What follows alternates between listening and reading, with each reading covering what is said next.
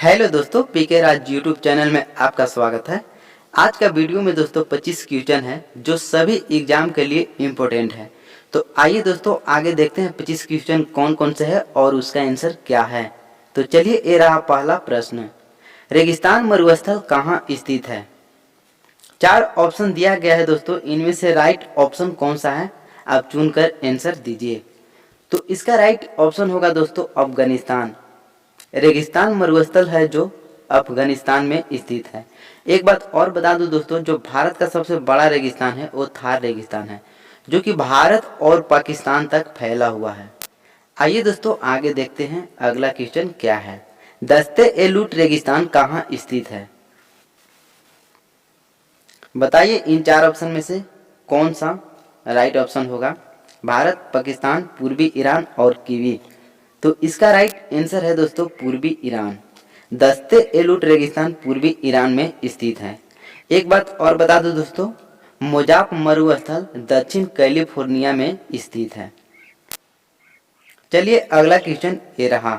Newton के किस नियम को जड़त्व का नियम कहा जाता है? बताइए दोस्तों, ये सबसे आसान क्वेश्चन है जो कि बार बार एग्जाम में पूछा जाता है। तो इसका राइट आंसर पहला होगा दोस्तों। न्यूटन के पहला नियम को जड़त्व का नियम कहा जाता है। और एक बात और बता दो दोस्तों कि न्यूटन के प्रथम नियम से ही बल का परिभाषा मिलता है। चलिए नेक्स्ट क्वेश्चन ये रहा। संवेग बराबर क्या होता है? बताइए दोस्तों, संवेग का जो फॉर्मूला है वो बताइए, इनमें से कौन सा सही होगा। तो इसका राइट आंसर होगा दोस्तों मास गुना वेलोसिटी होता है, जो कि ऑप्शन 1 में दिया गया है। अगला क्वेश्चन ये रहा आप लोग के लिए। आवर्त सारणी में किसने परमाणु आयतन तथा परमाणु भार का वक्र सिद्धांत दिया था? तो इसका राइट आंसर बताइए दोस्तों, 4 ऑप्शन में से कौन सा होगा। तो इसका राइट आंसर है दोस्तों लोथर मेयर। परमाणु आयतन तथा परमाणु भार का वक्र सिद्धांत दिया था लोथर मेयर ने। और बता दो दोस्तों कि डोबेराइनर जो है त्रिक सिद्धांत दिया था। न्यूलैंड ने जो है अष्टक नियम दिए थे। न्यूलैंड का अष्टक नियम अधिक परमाणु वाले तत्वों पर लागू नहीं होता है दोस्तों। चलिए आगे चलते हैं और देखते हैं कि कौन से क्वेश्चन है। निम्नलिखित में से कौन जाइलम का प्रकार नहीं है? बताइए 4 ऑप्शन में से कौन सा राइट ऑप्शन होगा।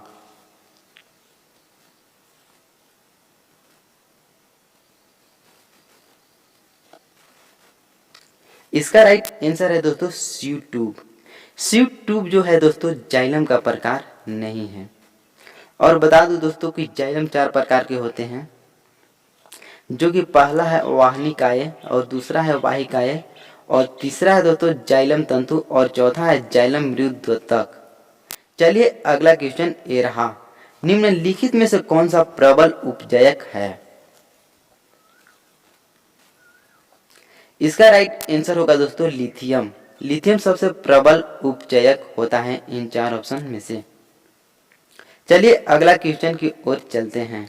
निम्नलिखित में से किसे पानी में घोलने पर यह जिप्सम में परिवर्तित हो जाता है? बताइए इसका राइट आंसर क्या होगा। इसका राइट आंसर है दोस्तों कैल्शियम सल्फेट हेमीहाइड्रेट, जो कि ऑप्शन 1 में दिया है। जब इसे पानी में घोला जाता है तो इससे जिप्सम प्राप्त हो जाता है। नेक्स्ट क्वेश्चन ये रहा। निम्नलिखित में से कौन सा जानवर प्राध्वनि उत्पन्न कर सकता है? 4 ऑप्शन दिया गया है, बताइए कि इसमें से सही ऑप्शन कौन सा होगा। तो इसका राइट ऑप्शन होगा दोस्तों पोरपोसेस, जो ऑप्शन 2 में दिया गया है। और बता दो दोस्तों कि प्राध्वनि तरंगे दोस्तों 20,000 से ऊपर की जो ध्वनि होती है उसको प्राध्वनि तरंगे बोलते हैं दोस्तों। इस तरंगों को दोस्तों कुत्ता, बिल्ली, चमगादड़ आदि जो है सुन सकते हैं, लेकिन हम लोग नहीं सुन सकते हैं। चलिए अगला क्वेश्चन ये रहा। वन नगर किसे कहा जाता है? बताइए, सबसे आसान क्वेश्चन ये भी है दोस्तों। वन नगर किसे कहा जाता है? वन नगर दोस्तों देहरादून को कहा जाता है, जो कि उत्तराखंड में पड़ता है दोस्तों। उत्तराखंड की राजधानी है देहरादून। आइए नेक्स्ट क्वेश्चन ये रहा। सेवराय पहाड़ी किस राज्य में स्थित है? बताइए राइट ऑप्शन कौन सा होगा। शिवराय पहाड़ी दोस्तों तमिलनाडु राज्य में स्थित है। तमिलनाडु की राजधानी दोस्तों चेन्नई है। चलिए अगला क्वेश्चन ये रहा आप लोग के लिए। आधुनिक आवर्त सारणी मोस्ले द्वारा कब दिया गया था। बताइए दोस्तों, ये सबसे इंपोर्टेंट क्वेश्चन है जो बार बार एग्जाम में पूछा जाता है। इसका राइट आंसर होगा दोस्तों 1913 ईस्वी में। 1913 में आधुनिक आवर्त सारणी को मोस्ले ने दिए थे। और बता दूं दोस्तों कि आधुनिक आवर्त सारणी में 7 आवर्त होते हैं और 18 वर्ग होते हैं। 7 आवर्त और 18 वर्ग होते हैं।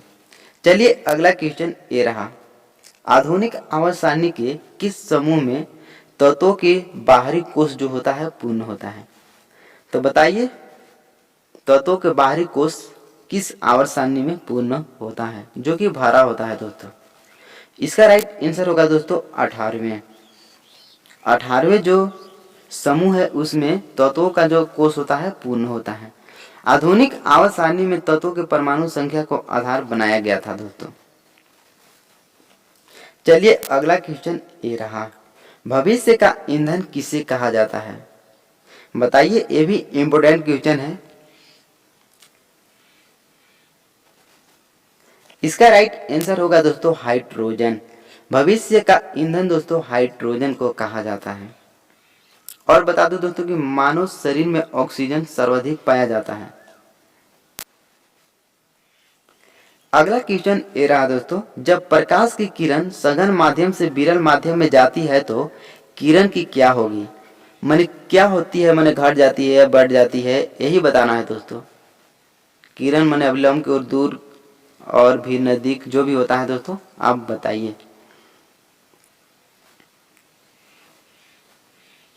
तो इसका राइट आंसर होगा दोस्तों जब सघन माध्यम से विरल माध्यम में जाती है दोस्तों तो इसका जो वेग है बढ़ जाती है और अभिलंब से दूर जाती है।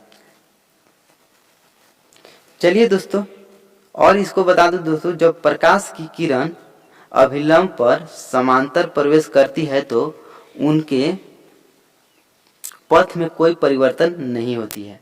तो चलिए आगे चलते हैं और देखते हैं कि कौन सा क्वेश्चन है। पद्मावत पुस्तक के लेखक कौन है। ये भी एग्जाम की दृष्टि से दोस्तों महत्वपूर्ण है। इसका राइट आंसर होगा दोस्तों मलिक मोहम्मद जायसी, जो कि पद्मावत पुस्तक के लेखक हैं। ये पुस्तक दोस्तों 1541 ईस्वी में इन्होंने लिखे थे। चलिए अगला क्वेश्चन ये रहा। अलाउद्दीन खिलजी ने चित्तौड़ पर कब आक्रमण किया था। इसका राइट आंसर होगा दोस्तों 1303 ईस्वी दोस्तों। 1303 ईस्वी में अलाउद्दीन खिलजी ने चित्तौड़ पर आक्रमण किया था। और बता दूं दोस्तों कि चित्तौड़ का शासक जो था रतन सिंह थे। चित्तौड़ की रानी पद्मावत थी। चलिए अगला क्वेश्चन ये रहा। कौन प्राकृतिक में अकेले नहीं होते हैं। बताइए दोस्तों इसका राइट आंसर क्या होगा।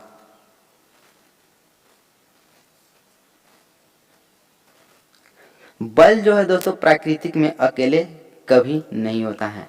बल दोस्तों सदिश राशि है। चलिए दोस्तों आगे चलते हैं और देखते हैं कि आगे कौन सी क्वेश्चन है।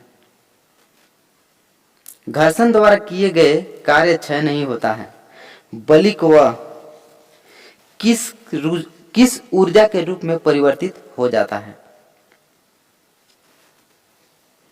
तो इसका राइट आंसर होगा दोस्तों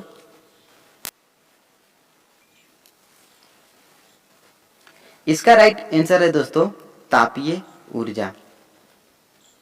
चलिए नेक्स्ट क्वेश्चन चलते हैं और देखते हैं कि अगला आंसर क्या होगा। निम्नलिखित में से कौन चौथे आवर्त और दूसरे समूह में मौजूद तत्व है।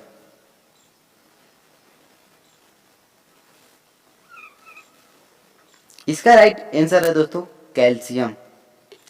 कैल्शियम जो है चौथे आवर्त और दूसरे समूह में मौजूद तत्व है। और बता दूं दोस्तों कैल्शियम का प्रतीक Ca होता है और कैल्शियम का परमाणु संख्या 20 होती है। कैल्शियम प्राकृतिक समूह अवस्था में नहीं पाया जाता है। चलिए दोस्तों अब आगे चलते हैं और देखते हैं अगला क्वेश्चन कौन सी है। निम्नलिखित में से कौन समूह से संबंधित नहीं है।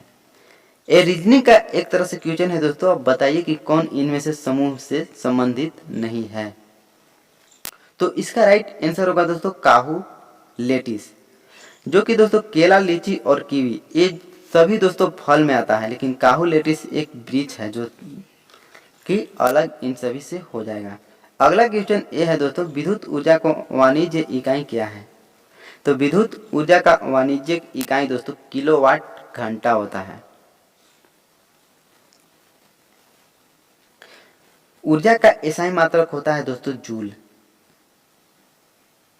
मशीनों की शक्ति का मापन अश्व शक्ति में किया जाता है। 1 किलोवाट घंटा बराबर दोस्तों होता है 1000 वाट। चलिए नेक्स्ट क्वेश्चन ये रहा, भारत की सबसे ऊंची बांध कौन सी है।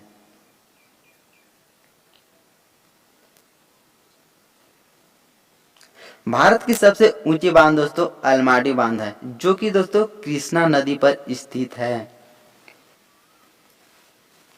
और बता दूं दोस्तों कि नागा अर्जुन सागर भी जो है कृष्णा नदी पर स्थित है। दुर्गा बैराज प्रोजेक्ट दामोदर नदी पर स्थित है। टिहरी बांध की ऊंचाई दोस्तों 2605 मीटर ऊंची है। चलिए अगला क्वेश्चन ये रहा दोस्तों, अलमाड़ी बांध का निर्माण किस नदी पर किया गया है। तो अलमाड़ी बांध का दोस्तों निर्माण अभी तुरंत बताएं कि कृष्णा नदी पर किया गया है।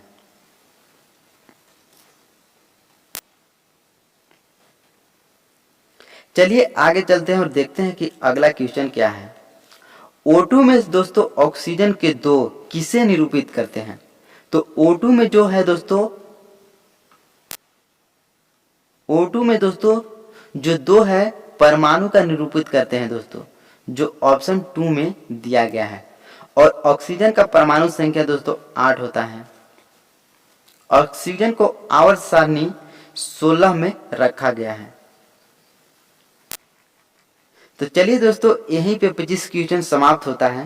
अगर आपको इस वीडियो अच्छा लगता है तो लाइक शेयर जरूर कीजिएगा और कमेंट कर बताइएगा कि आपको ये वीडियो कैसा लगा।